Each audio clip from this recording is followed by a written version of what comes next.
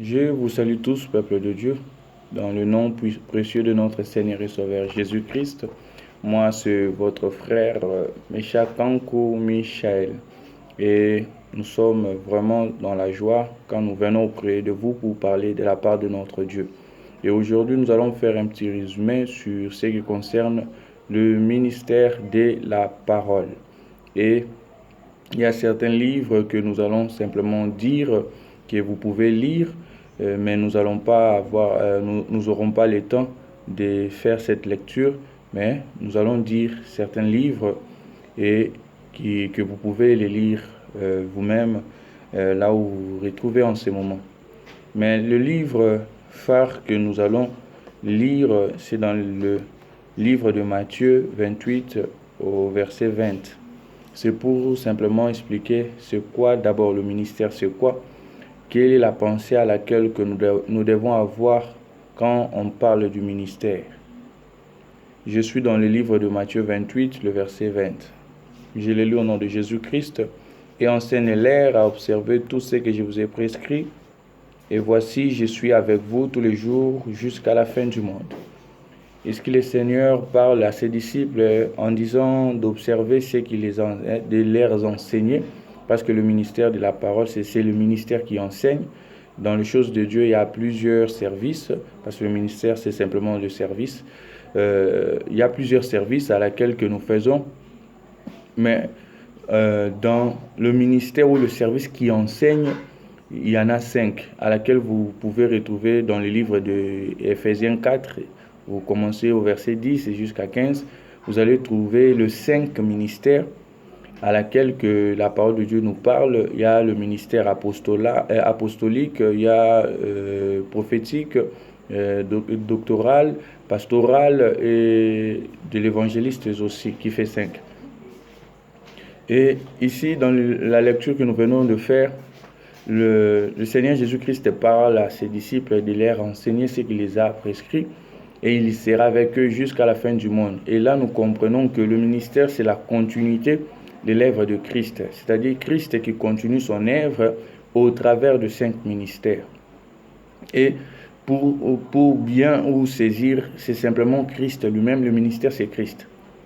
C'est Christ lui-même, c'est le Seigneur Jésus-Christ lui-même en œuvre qui continue son œuvre pour encore former cette épouse, parce que la pensée de former cette épouse qui est l'Église et qui prend forme, comme Éphésiens le dit, à devenir à la stature parfaite de Christ, c'est-à-dire à sa ressemblance.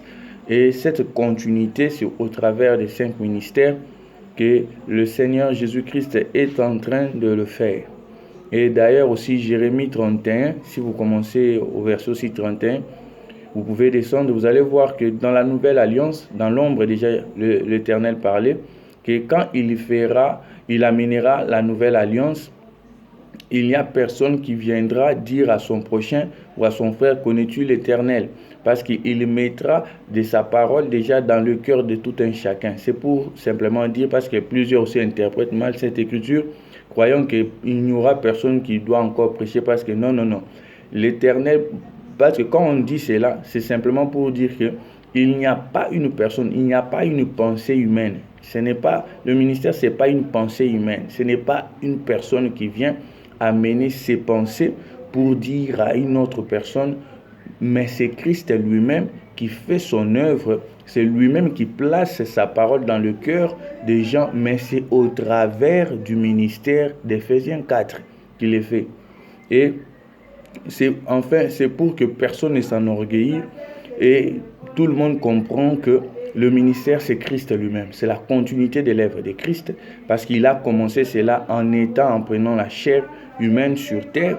Et quand il est ressuscité, il est en allé, il continue encore cette œuvre parce qu'il dit que je serai avec vous jusqu'à la fin du monde. C'est au moyen de sa parole, car Christ, c'est la parole. Et c'est à travers le ministère qu'il est fait.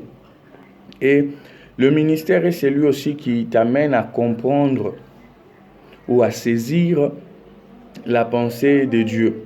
Car le ministère, c'est lui qui a la capacité de monter, comme Moïse montait, écouter de la part de Dieu Et le ministère est celui qui voit le pays de Canaan à l'entièreté. Comme Moïse aussi l'avait fait, il était monté à la montagne, on lui a montré Canaan.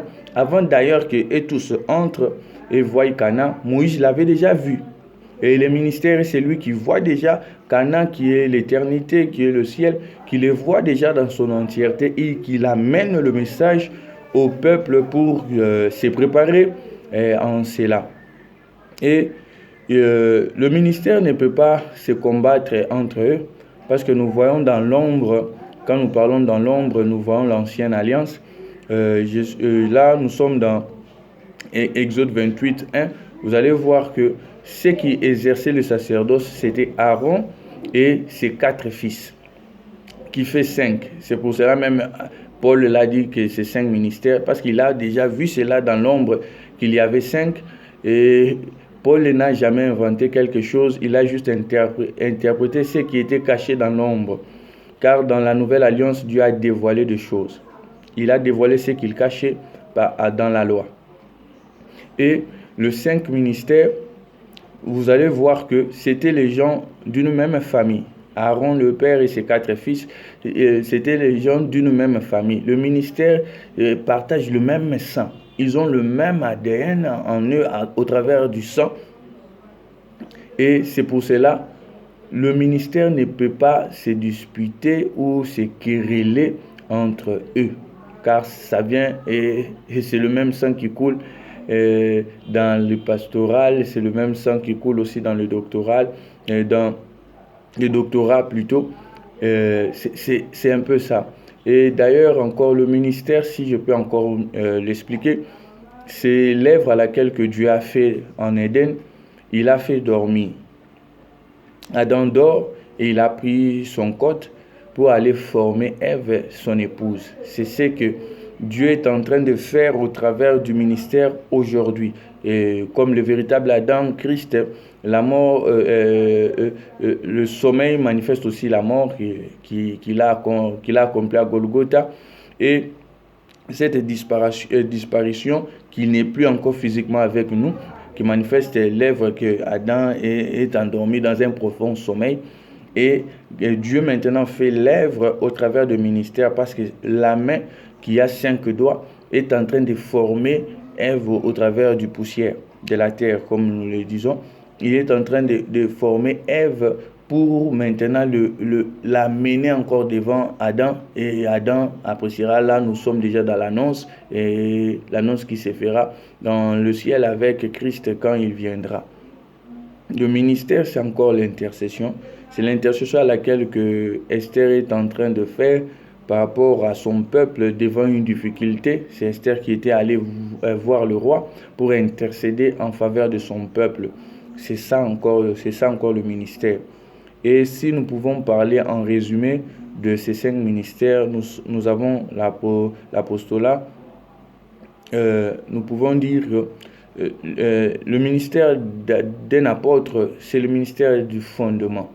Ephésiens 2, 20 dit ceci: nous avons été édifiés par le fondement des apôtres et des prophètes. C'est-à-dire, si nous pouvons prendre une maison, parce qu'une maison symbolise aussi l'épouse qui est l'Église, nous commençons avant de construire une maison, il y a d'abord un fondement, une fondation. C'est ça. C'est pour cela, 1 Corinthiens 12, 28 le dit, que premièrement dans l'Église, c'est l'apôtre. Ce n'est pas que l'apôtre est premier que les autres ministères, mais quand il y a une assemblée, quand il y a une église, le ministère qui vient faire le premier œuvre, mettre le fondement, c'est le ministère apostolique.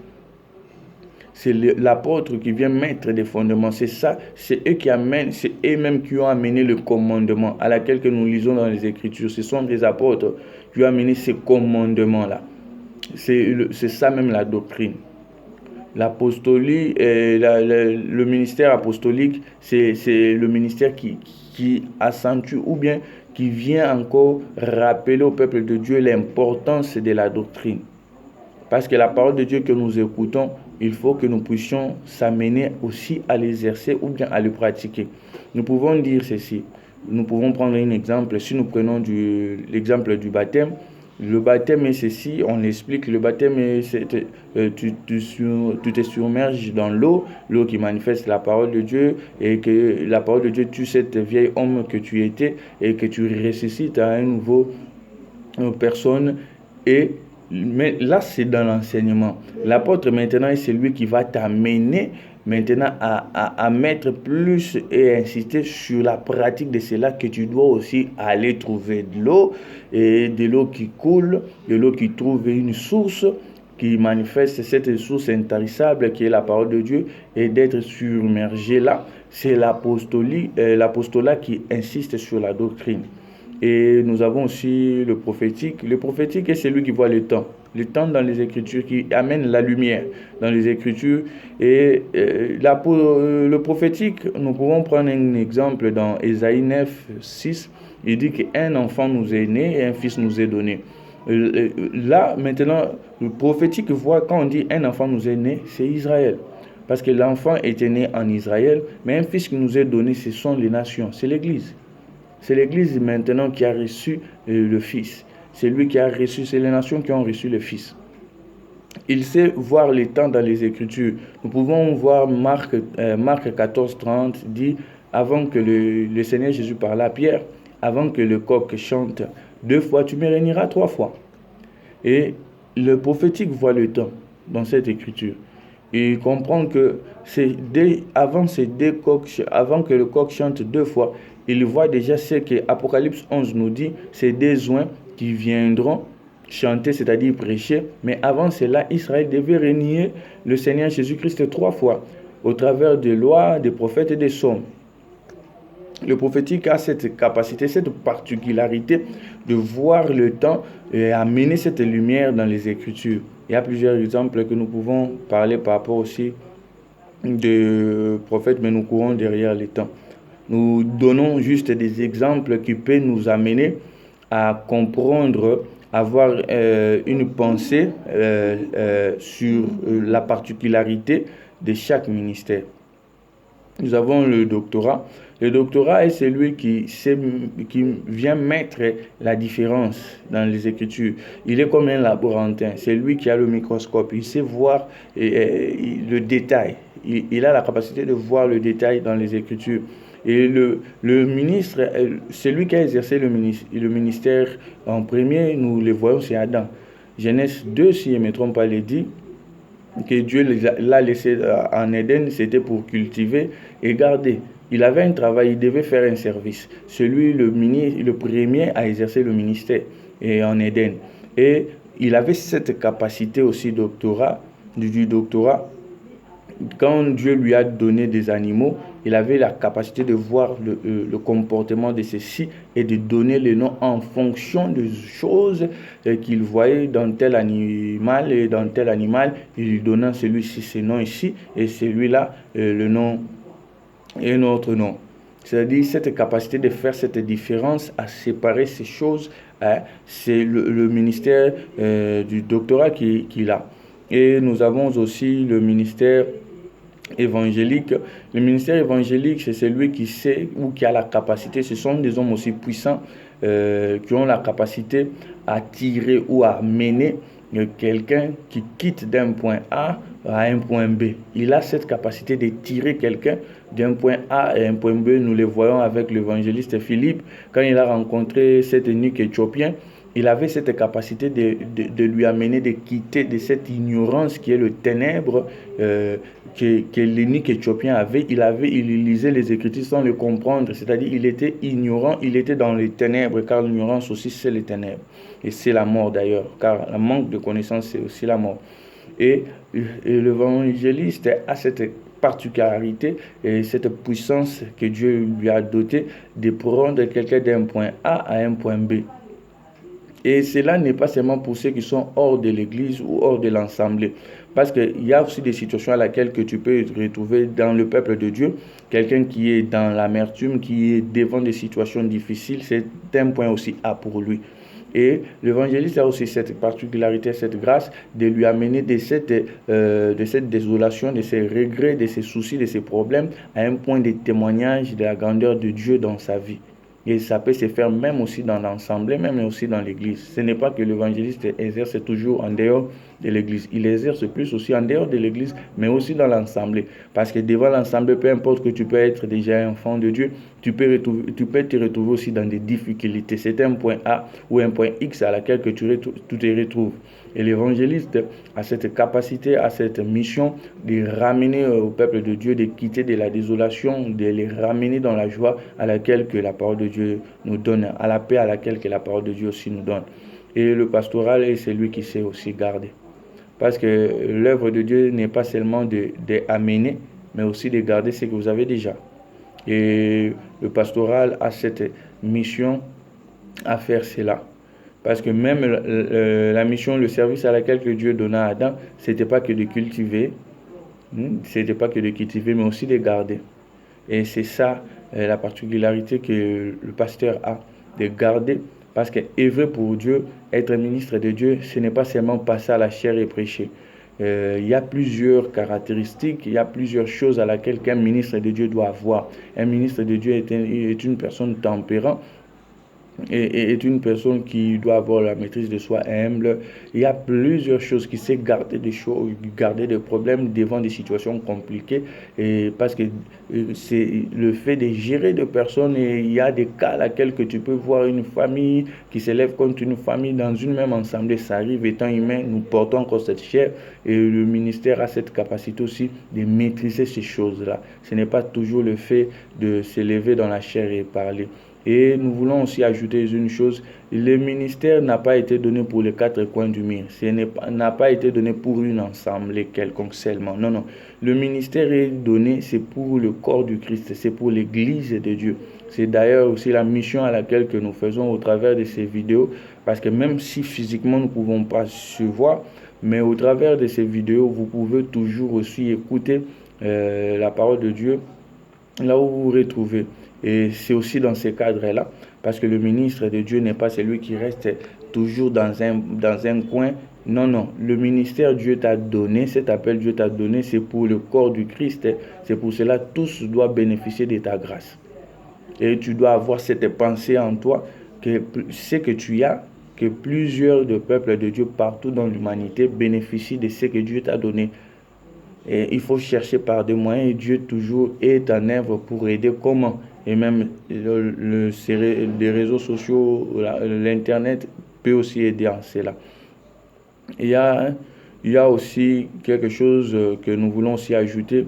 Quand nous disons il y a 5 ministères, ça ne veut pas dire il y a 5 personnes. Dans l'assemblée, vous pouvez avoir que 3 ou 4 ministres. Mais les 5 ministères doivent s'exercer.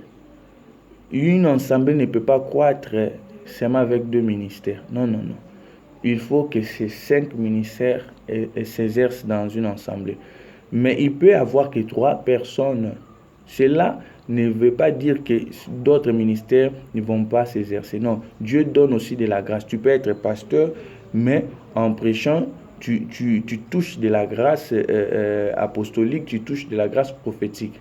Mais tu sais que tu es un pasteur, tu as un ministère pastoral, tu as un ministère évangélique, mais de grâce, Dieu le donne aussi, parce que nous le trouvons même dans les Écritures. Avec l'apôtre Jean, vous allez voir dans Jean, il a l'écriture de Jean, des gens a une pensée ou un esprit pastoral. Et petits enfants, gardez toujours les commandements que nous avons déjà, que vous connaissez déjà. C'est une pensée qui dégage, c'est un esprit qui dégageait, c'était un esprit pastoral qui dégageait, en train d'exhorter le peuple de Dieu à conserver ce qu'ils ont déjà, à conserver ce qu'ils ont déjà écouté, à les pratiquer encore. C'était une pensée, un esprit pastoral que Jean dégageait dans les Écritures, de 1 Jean, 2 Jean, 3 Jean. Vous pouvez voir qu'il y a des grâces particulières, des grâces à laquelle que Dieu saisit et exerce avec un ministre, mais il est peut-être prophète. Son ministère, c'est prophétique, mais ces 5 d'autres ministères, là, cette grâce-là peut s'exercer en lui. Je crois bien que nous pouvons se limiter ici. S'il y a des questions, vous pouvez toujours nous l'a posé des suggestions et je crois que j'ai assez parlé vite, mais en tout, que Dieu nous fasse grâce à saisir, c'est ça l'essentiel. Que Dieu nous bénisse tous dans son nom glorieux et précieux, le nom glorieux de notre Seigneur et Sauveur Jésus-Christ. Amen.